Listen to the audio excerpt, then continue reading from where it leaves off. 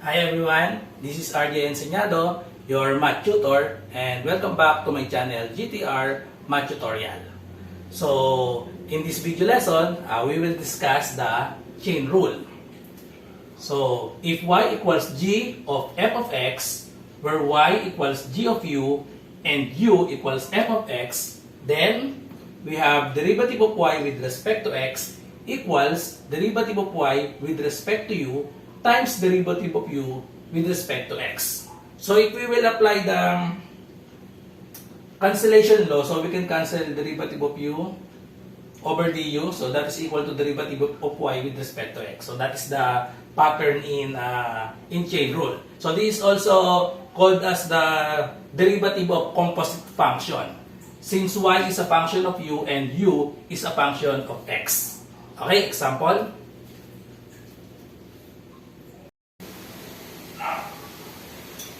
Okay, number 1. If y is equal to 1 minus 2u and u equals x cubed minus 2x squared plus 6, find the derivative of y with respect to x. So this is a composite function, so we can use the chain rule. Derivative of y with respect to x is equal to derivative of y with respect to u times derivative of u with respect to x. Okay, so here's our solution. Derivative of y with respect to x is equal to derivative of y with respect to u times derivative of u with respect to x. Okay, so we have derivative of 1 minus 2u with respect to u times derivative of this term, x cubed minus 2x squared plus 6 with respect to x. Okay, so let us evaluate the derivative. So derivative of 1 of constant is, so derivative of 1 is 0. Then derivative of negative 2u, so we have constant times u. So derivative of this is negative 2. Since we have negative 2 times derivative of u with respect to u, so that is 1. Okay? So multiply by the derivative of this, we have derivative of x cubed, so apply the power rule, u to the n. So we have 3 times x, so we have 3x to the 3 minus 1, so we have 3x squared minus, so multiply the exponent to the constant, 2 times negative 2, we have negative 4 x raised to 2 minus 1, so that is 1. Then derivative of 6, so derivative of 6 is 0. Okay, so this is our final answer. Just multiply, distribute the negative 2 to get the final answer. So we have negative 2 times 3x squared, so that is equal to negative 6x squared, and then negative 2 times negative 4, that is positive 8x. So this is our final answer, derivative of y with respect to x. Okay, next example. Okay, number 2. If y equals b to the 4th and v equals 3x squared plus 8, find the derivative of y with respect to x. So in this example, our function is y as a function of b and v as a function of x. So our formula will become derivative of y with respect to x is equal to derivative of y with respect to v times derivative of v with respect to x. So we will just going to change u to v. Okay? Okay, so we have derivative of y with respect to x is equal to derivative of y with respect to v times derivative of v with respect to x. Okay, so just substitute the value or get the derivative. So we have derivative of v to the 4th power with respect to v times derivative of 3x squared plus 8 with respect to x. Okay, so just get the derivative. Okay, so we have b to the fourth, so we can use the power rule. So just multiply the exponent to the base, then subtract 1. So we have 4 times b raised to 4 minus 1, so that is 3. Times derivative of b with respect to b, that is 1. Okay, multiplied by derivative of 3x squared. So again, use the power rule, multiply to the constant. 2 times 3, we have 6x. 2 minus 1, so that is 1. Plus derivative of 8, so that is constant. Derivative of constant is 0. Okay? So our final answer must be in terms of x. So we're going to substitute the value of, so we have 4b cubed times 6x. So just substitute the value of b. So the value of b is 3x squared plus 8. Okay, so substitute the value. So we have equals 4 times b. If we have 3x squared plus 8 cube. Just copy cube and then times 6x. So just simplify. So multiply 4 and 6x. So therefore, the final answer is derivative of y with respect to x is equal to 4 times 6x, that is 24x times 3x squared plus 8 cube.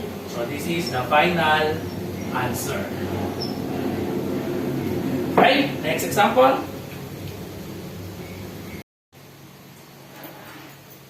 Okay, third example. If z is equal to w squared minus 1 cube and w equals 3 over t minus 1, determine the derivative of z with respect to t when t equals 4. So in this example, we're going to solve derivative of z with respect to t, then substitute the value of t equals 4. So ang final answer natin sa problem na ito ay number lang. Okay? So let us use the chain rule. So our variables are z, w, and t. Okay, so the formula will be derivative of z with respect to t is equal to the derivative of z with respect to w times derivative of w with respect to t. Okay, so now use the power rule. Since we have exponent, our u is w squared minus 1, so this is our n. Okay, so derivative of w squared minus 1 cube with respect to w, then times. So we're going to use quotient rule, or since the numerator is constant, so we can use the constant over v, or a function of t. So we have derivative of 3 over t minus 1 with respect to t. So I apply the power rule and the quotient rule. So we have 3 times our u, which is the base. So we have 3 times the base. So we have w squared minus 1, then subtract 1 to 3, so we have square, times derivative of the u, which is the base. So derivative of w squared minus 1 with respect to w. So this is only this term, so times the derivative of this. So use the quotient rule. Okay, or the constant over a function. Since the numerator is constant, so there is no VDU with respect to x. Okay, so derivative is the negative of the numerator. So we have negative 3 times derivative of t minus 1 with respect to t all over the denominator t minus 1 squared. Okay, so just simplify. So we have 3. So just copy this term, w squared minus 1 squared, derivative of w squared, so that is 2w derivative of 1 is 0, so there's no need to write 0. Then we have times negative times, we have negative 3 times derivative of t with respect to t, that is 1. So the derivative of this is 1, derivative of negative 1 is 0. So therefore, the derivative of t minus 1 is only 1 times derivative of times negative 3, the answer is negative 3. So just copy the denominator, t minus 1 square. So this is our derivative of z with respect to t. Since we want to find the value of derivative of c with respect to t when t equals 4, so there's no need to simplify this. So because it's easier if we substitute directly the value of t, which is 4. So when we substitute t equals 4, so solve first the value of w. So t is equal to 4, so find the value of w, substitute t equals 4 into this equation. Okay, so solve first the value of w. Okay, so we have w equals 3 over t minus 1. Then the value of t is 4, so we have 3 over 4 minus 1 equals, 4 minus 1 is 3, so 3 over 3 equals 1. Okay? So therefore, w equals 1 and t equals 4. So substitute this to our derivative. So t equals 4 and w equals 1, substitute to the derivative. So we have derivative of z with respect to t is equal to, so we have 3 times w, so we have 1 squared minus 1 squared times 2 times w, which is 1, times negative 3 over t, we have 4 minus 1 square. So just simplify, we have derivative of z with respect to t is equal to, so simplify, 1 square is 1 minus 1, so this term is 1 minus 1 is 0. 0 is square, so that is still 0. So this term is 0. Then 0 times any number, the answer is 0. So our numerator is 0. And the denominator is 4 minus 1 is 3, 3 squared is 9. So the answer is 0 over 9. So therefore, the derivative of z with respect to t is equal to 0 when t is equal to 4. So this is our final answer. Derivative of z with respect to t equals 0. Okay? So again, when solving derivative, when there is given value of t, so there is no need to simplify. To simplify the derivative of c with respect to t, because we were going to substitute the value of t and the value of w. So if we simplify this, we will get the same answer. So it's easier if we substitute directly t equals 4 and w equals 1 in this expression. Okay, again, but when we simplify this, we're going to have the same answer. Derivative of z with respect to t equals 0. Okay, next example.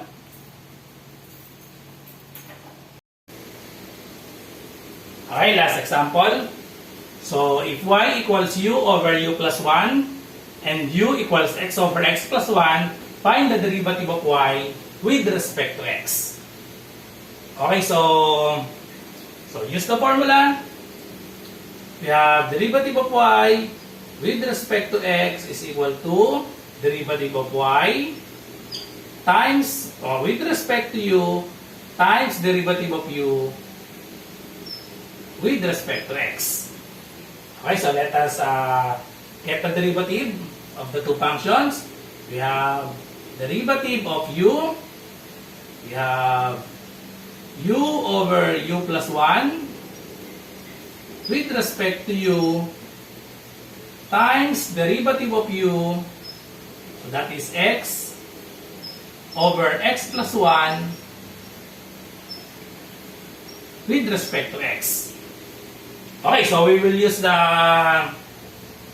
quotient formula for the two derivatives. So the quotient formula is derivative of u over v is equal to v du with respect to x minus u dv with respect to x all over v squared. So apply this formula. So we have derivative or the denominator, we have u plus 1 times derivative of the numerator, we have derivative of u with respect to u minus the numerator u times derivative of u plus 1 with respect to u. So ito pa lang yung term na ito. Okay, so ito pa lang yan. All over the denominator u plus 1 squared. Okay? So ito pa lang yan. So derivative pa lang nito. Okay. So times the, apply again the quotient rule to this term. So we have x plus 1 times derivative of the numerator, derivative of x with respect to x minus the numerator x times derivative of the denominator, derivative of x plus 1 with respect to x all over the denominator x plus 1 square. Okay, so evaluate the derivative. So we have derivative of u with respect to u. So this is 1. Derivative of u with respect to u. So this is 1. Derivative of 1 with respect to u. So this is 0. Okay, so just copy u plus 1. Then we have 1. So there's no need to write. Minus u times derivative of u plus 1 is 1. So no need to write. So we have minus u all over u plus 1 squared. So times derivative of this. So we have times, simplify this, we have derivative of x with respect to x. So that is 1. So we have x plus 1 minus, again, a derivative of x with respect to x. So this is 1. Derivative of 1 with respect to x. So that is 0. So this term will become 1. So 1 times x, we have negative x all over x plus 1 squared. Alright, so let us simplify. So, combine like terms, we have u minus u. So we can cancel this. The remaining term is 1. And then we have x minus x. So cancel out. So therefore, the numerator is now equal to 1 times another 1. So 1 times 1, so the numerator is 1 all over, we have u plus 1 squared times x plus 1 squared. So that is the derivative of y with respect to x. But again, we have two variables u and x. So we're going to substitute the value of u. Final answer should be in terms of x only. So substitute the value of u, which is x over x plus 1. And then we're going to simplify this. Okay? So erase ko muna yung part na to. So we have this term.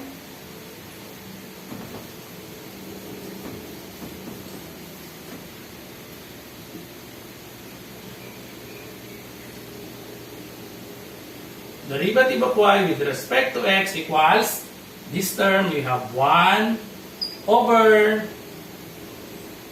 u plus 1 squared times x plus 1 squared.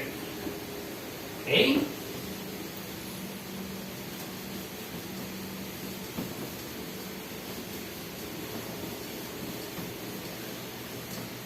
Okay, so now substitute the value of u.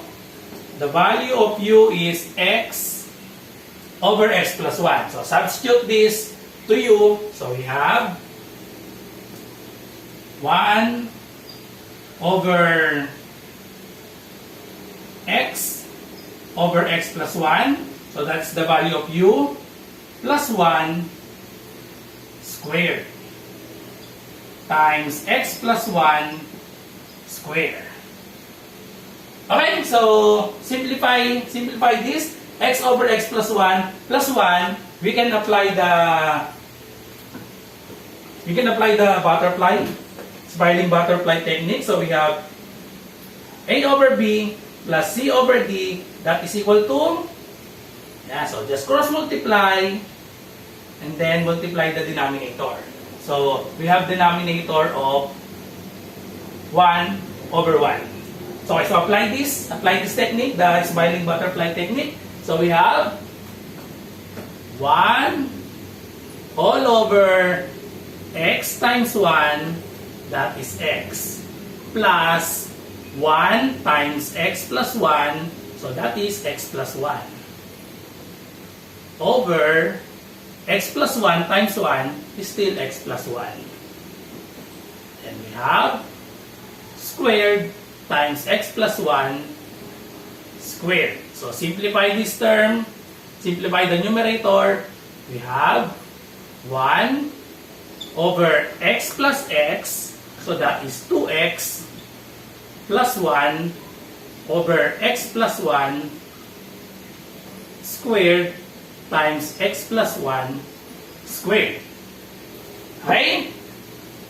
So let us distribute the square to the numerator and denominator. Therefore, we have 1 over 2x plus 1 squared over, so distribute the exponent to the numerator and denominator. So we have x plus 1 squared times x plus 1 squared. So therefore, we can cancel out x plus 1 squared divided over x plus 1 squared. So x plus 1 squared divided by x plus 1 squared. So we can cancel this. So therefore, the final answer is derivative of y with respect to x is equal to 1 over 2x plus 1 squared. Okay? So this is now the final answer.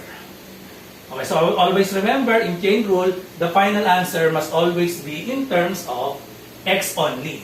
So if we have u in the solution, substitute the value of u in terms of x. Okay, then simplify. Okay, so that's all. I hope you learned something. So please like, share, and subscribe. Bye.